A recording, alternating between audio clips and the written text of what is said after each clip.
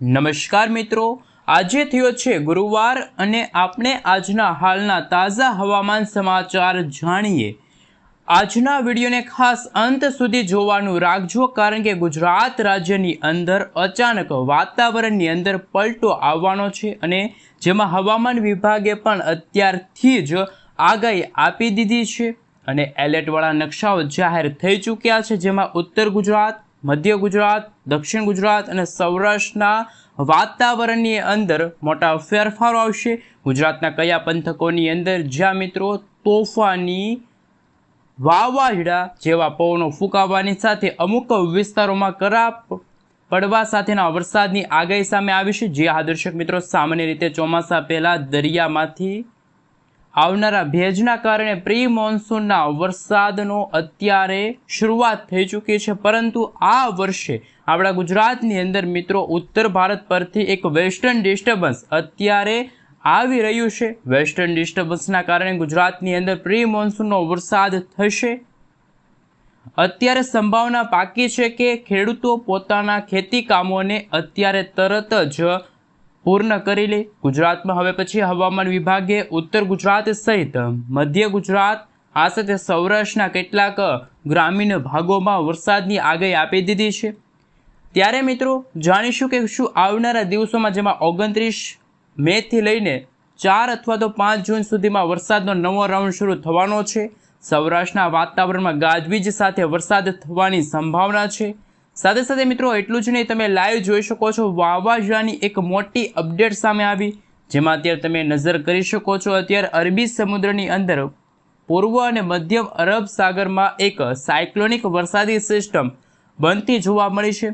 તો જાણીશું ગુજરાતના દરિયાની અંદર આ બની રહેલી સિસ્ટમ શું મોટો વળાંક લઈ શકે છે, વાવાઝોડા સુધી મજબૂત બનશે અને જૂન મહિનાની શરૂઆત સાથે જ નક્ષત્રને લઈને, વાવાઝોડાને લઈને, વરસાદને લઈને શું આગાહી વ્યક્ત કરવામાં આવી છે, આ તમામે તમામ અપડેટો એક પછી એક મેળવીએ। આ સાથે અંબાલાલ પટેલની પણ આગાહી સામે આવી છે। તો મિત્રો તમામે તમામ અપડેટો એક પછી એક જાણીએ એ પહેલાં તમે અમારી ચેનલ ઉપર નવા છો તો ખાસ કરીને માહિતી જગત યુટ્યુબ ચેનલને સબસ્ક્રાઈબ કરી દેજો। સૌથી પહેલાં મિત્રો અમે તમને અત્યારનું ભારતનું ઉપગ્રહ ઉપરથી લેવામાં આવેલું જે સેટેલાઇટ ઇમેજ છે એ બતાવી રહ્યા છીએ, જેની અંદર હાલ અરબી સમુદ્રની અંદર મિત્રો આપણા ગુજરાતમાંથી તો અમુક હજારો કિલોમીટર દૂર અરબ સાગરના દરિયાની અંદર અત્યારે વરસાદી સિસ્ટમ સક્રિય બનતી જોવા મળી છે। અરબ સાગરના દરિયામાં અત્યારે વરસાદી સિસ્ટમ છે એ ત્રાટકેલી જોવા ઇન્ડિયન મોન્સૂન ડિપાર્ટમેન્ટ તરફથી અને અમદાવાદ હવામાન વિભાગ તરફથી સમગ્ર ગુજરાત રાજ્યનો નકશો છે જાહેર કરવામાં આવ્યો છે। તમે તમારા મોબાઈલ સ્ક્રીનની અંદર જોઈ શકો છો। આવનારી 30 મેના રોજ ઉત્તર ગુજરાતના ભાગોમાં ચોમાસાનું આગમન થતું હોય તે રીતે વરસાદની આગાહી છે વ્યક્ત કરવામાં આવી છે, જેમાં ગુજરાતના કચ્છ, બનાસકાંઠા, સાબરકાંઠા, અરવલ્લી, મહીસાગર અને પાટણ જિલ્લાની અંદર વરસાદની આગાહી સામે આવી છે। ઘણા બધા ભાગોમાં છૂટાછવાયેલા સ્થળો ઉપર હળવાથી મધ્યમ વરસાદની શરૂઆત થતી જોવા મળવાની છે, જ્યારે સૌરાષ્ટ્રના અને દક્ષિણ ગુજરાતનું વાતાવરણ બિલકુલ ચોખ્ખું જોવા મળ્યું છે, પરંતુ જેમ સમયગાળો પસાર થશે તેમ ગુજરાતમાં વરસાદની માત્રા અને વિસ્તાર બંનેમાં વધારો થતો જોવા મળવાનું છે। આવનારી 31 મેના રોજ તમે જોઈ શકો છો ગુજરાતના કચ્છ છે, આ સાથે બનાસકાંઠા છે, પાટણ છે, સાબરકાંઠા છે, અરવલ્લી છે, મહીસાગર, દાહોદ અને છોટા ઉદેપુર જિલ્લાની અંદર પણ હવામાન વિભાગ તરફથી યલો એલર્ટની વોર્નિંગ છે જાહેર કરવામાં આવી છે। ત્યાર પછી જૂન મહિનાની શરૂઆત સાથે ગુજરાતના સૌરાષ્ટ્રના દરિયાઈ કાંઠાના ભાગોમાં પણ વીજળીના ગાજવીજ સાથે ધોધમાર વરસાદની આગાહી છે વ્યક્ત કરવામાં આવી છે, જેમાં તમે જોઈ શકો છો 1 જૂનના રોજ સૌરાષ્ટ્રના દરિયાઈ કાંઠે, જેમાં ભાવનગર અને અમરેલી જિલ્લાની અંદર ધોધમાર વરસાદની આગાહી સામે આવી છે અને ગુજરાતમાં 40થી લઈને 60 કિલોમીટર પ્રતિ કલાકની ઝડપે છે તોફાની પવનો પણ ફૂંકાશે। આ સાથે મિત્રો 2 જૂનના રોજ તમે જોઈ શકો છો ગુજરાતમાં દક્ષિણ ગુજરાત અને મધ્ય પૂર્વ ગુજરાતના ભાગોમાં ફરી એકવાર વરસાદની શક્યતા દર્શાવવામાં આવી છે, જેમાં મહીસાગર છે, દાહોદ છે, વડોદરા છે, છોટાઉદેપુર છે, નર્મદા, તાપી અને ડાંગ જિલ્લાની અંદર પણ વરસાદની આગાહી સામે આવી છે। અને ગુજરાતમાં જેમ સમયગાળો પસાર થતો જશે તેમ અત્યારે તમે ઇન્ડિયન મોન્સૂન ડિપાર્ટમેન્ટ તરફથી જે સમગ્ર ભારત દેશનું સેટેલાઇટ ઇમેજ રજૂ થયું છે જોઈ શકો છો। અરબ સાગરના દરિયાની અંદર પણ કાળા ડિબાંગ વાદળોવાળી મજબૂત વરસાદી સિસ્ટમ છે આકાર પામતી જોવા મળી છે। તો બીજી તરફ બંગાળની ખાડીમાં પણ આવનારા દિવસોની અંદર વાવાઝોડાવાળી મજબૂત વરસાદી સિસ્ટમ આકાર પામતી જોવા મળવાનું છે। મિત્રો તમે લાઈવ જોઈ શકો છો અત્યારે જે નકશાઓ સામે આવી રહ્યા છે, નકશાઓ વિશે થોડીક વિગતવાર માહિતી મેળવીએ તો 31 મે પછી ગુજરાતની અંદર વાવાઝોડા સાથે વરસાદની શક્યતા છે, જેમાં બંગાળની ખાડીમાં સૌપ્રથમ લો પ્રેશર સિસ્ટમ બનશે, ત્યાર પછી તે વેલમાર્ક લો પ્રેશરના એરિયાની અંદર આ વરસાદી સિસ્ટમ છે આગળ વધશે, ત્યાર પછી તે ડિપ્રેશન, ત્યાર પછી ડીપ ડિપ્રેશન અને ત્યાર પછી સાયક્લોનિક સર્ક્યુલેશનના ભાગરૂપે આ વરસાદી સિસ્ટમ છે ભારતના પૂર્વથી લઈને દક્ષિણ ભારતના તમામ રાજ્યની અંદર છે એ મિત્રો 80 થી લઈને 90 કિલોમીટર પ્રતિ કલાકની ઝડપે તોફાની પવનો ફૂંકાશે। જ્યારે મિત્રો જૂન મહિનાની શરૂઆત સાથે બંગાળની ખાડીમાં તો લો પ્રેશરવાળી મજબૂત વરસાદી સિસ્ટમ બનશે, પરંતુ અરબ સાગરવાળી વરસાદી સિસ્ટમ છે એ પણ ગુજરાત નજીક આવતી જોવા મળી છે। તો આ સાથે મિત્રો તમે જોઈ શકો છો ઇન્ડિયન મોન્સૂન ડિપાર્ટમેન્ટ તરફથી સમગ્ર ભારત દેશનો નકશો છે જાહેર કરવામાં આવ્યો છે। ગુજરાતમાં ચોમાસાને લઈને કઈ તારીખ જાહેર કરવામાં આવી છે, અત્યારે ચોમાસું ક્યાં પહોંચ્યું છે, તો મિત્રો ગઈકાલે 26 મેના રોજ કેરળના દરિયાઈ કાંઠાના ભાગોમાં છે વરસાદ વરસ્યો હતો, ચોમાસાનું આગમન થયું હતું અને ત્યાર પછી આ ચોમાસું છે ઉત્તર દિશા તરફ આગળ વધશે અને તમે નકશામાં પણ જોઈ શકો છો મુંબઈના દરિયાઈ કાંઠે આવીને ચોમાસું છે અટકાઈ જશે, એટલે કે ગુજરાતમાં 10 થી લઈને 15 જૂનના સમયગાળા દરમિયાન ચોમાસાનું છે એ આગમન થતું હોય તેવી આગાહી અંબાલાલ પટેલ અને પરેશભાઈ ગોસ્વામી તરફથી છે જાહેર કરવામાં આવી છે। આ સાથે મિત્રો જો વાત કરીએ તો ગુજરાતમાં હીટ વેવને લઈને શું આગાહી વ્યક્ત કરવામાં આવી છે, 26 મેના રોજના જે રિપોર્ટ સામે આવ્યા છે એમના વિશે વાત કરીએ તો સુરેન્દ્રનગર જિલ્લાની અંદર 44.3 ડિગ્રી સેલ્સિયસ સુધીનું તાપમાન છે જોવા મળ્યું હતું, એટલે કે એક તરફ હીટ વેવની આગાહી સામે આવી છે તો બીજી તરફ વરસાદને લઈને પણ આગાહી વ્યક્ત કરવામાં આવી છે। જ્યારે રાત્રિના સમયગાળા દરમિયાન લઘુત્તમ તાપમાન છે રાજકોટમાં 26.6 ડિગ્રી સેલ્સિયસ સુધીનું જોવા મળ્યું હતું। હવે મિત્રો આપણે વિન્ડી એપ્લિકેશનના માધ્યમથી જાણીશું લાંબા ગાળાની આગાહી, જેમાં બંગાળની ખાડીમાં બનતી વાવાઝોડાવાળી વરસાદી સિસ્ટમ સાથે અંબાલાલ પટેલ દ્વારા જે નક્ષત્રને લઈને જે વરસાદની આગાહી વ્યક્ત કરવામાં આવી છે તમામ અપડેટો એક પછી એક મેળવીએ।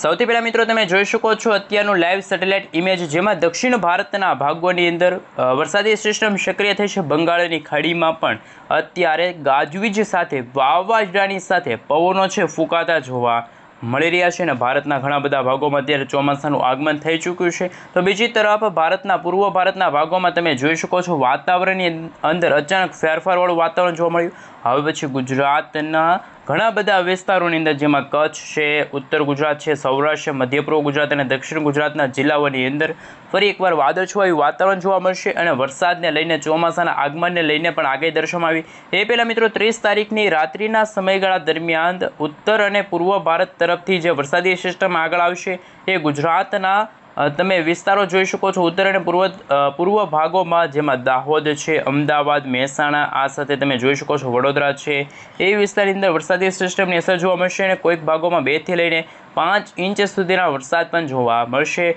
ઉત્તર અને પૂર્વ અને મધ્ય પૂર્વ ગુજરાતના ભાગોમાં પણ વીજળીના ગાજવીજ સાથે થંડરસ્ટોર્મ એક્ટિવિટીના ભાગરૂપે વરસાદની શક્યતા છે। રેન અને ઠંડક વિશે તમે જોઈ શકો છો આ ભાગોની અંદર અત્યંત ભારે વરસાદ છે। ખેડૂતોએ ખાસ સાવચેતી રાખવી પડશે, કારણ કે વાતાવરણમાં આવતા ફેરફારોને કારણે ખેડૂતો આવનારા દિવસો માટે થઈ જાજો તૈયાર, કઈ તારીખે ગુજરાતમાં કયા જિલ્લામાં કેટલા ઇંચ સુધીના વરસાદ જોવા મળશે હવામાન વિભાગ તરફથી જે એલર્ટવાળી જે આગાહી સામે આવી છે એમના વિશે વાત કરીશું। સાથે હવામાન વિભાગના જણાવ્યા અનુસાર જો વાત કરવામાં આવે તો ઇન્ડિયન મોન્સૂન ડિપાર્ટમેન્ટની સાથે અમદાવાદ હવામાન વિભાગ તરફથી ગુજરાતના ઉત્તર ગુજરાતના ભાગોમાં વરસાદની શક્યતા છે જૂન મહિનાની શરૂઆત સાથે જ જાહેર કરવામાં આવી છે।